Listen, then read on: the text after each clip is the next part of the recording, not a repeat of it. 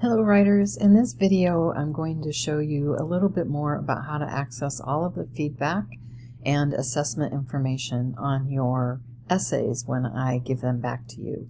So the first thing you'll want to do when you're in Canvas is go to the grades area.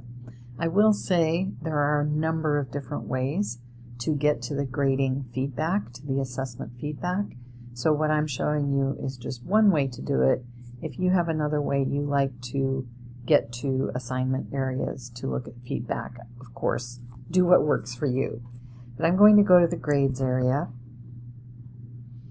and then I'm going to scroll down to the assignment I want to look at. And in this case, this was the FA number 1.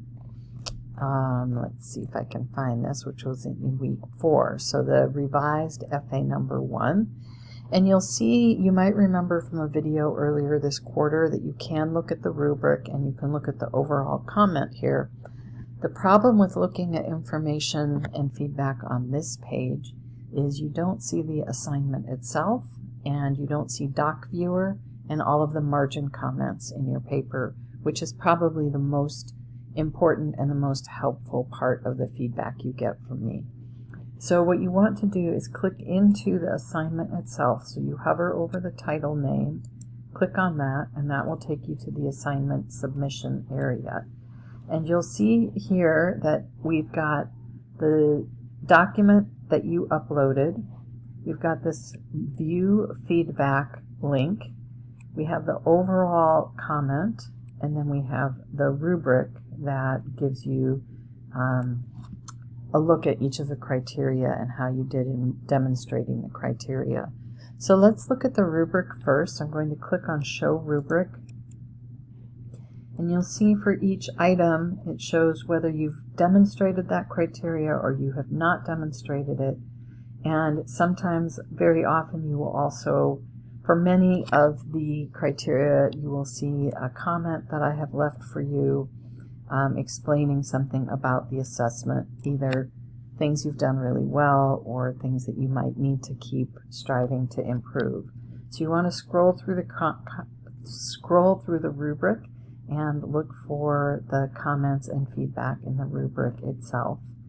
Then when you're done looking at the rubric, at the top of the rubric you'll see a small little X to close the rubric again. Then you'll see the overall comment. Especially for the major assignments, the comment and feedback I give to you will be significantly longer than this, as you've probably been learning in the assessment and feedback area.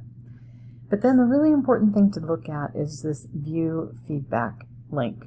So you want to click on View Feedback, and that will open DocViewer. And when it first opens, it's contained within this little window, which is very small. So the first thing you want to do is use these expansion arrows and click on that to enter full screen with your document. And then you can use the zoom buttons, and I think these are out of view for you, but at the top of the page you'll see some zoom buttons, and you can expand or decrease the size of the text. So now I can see my paper pretty clearly. I can see the comments in the margins over here, and for any given comment, when I hover over that comment, you'll see it creates the little line showing me what part of the text that comment is referring to. So each one will connect to a specific part of the text, and you might have to, for instance here I had to scroll down a little bit to see the part of the text that this comment is referring to. You'll also see that sometimes the comment is longer than fits in the initial comment bubble. So all I have to do is click on the comment to open it up and see the comment in its entirety. So when you don't see the full comment, make sure you click on that comment bubble so you can see the whole thing. And then you can also click on the reply button.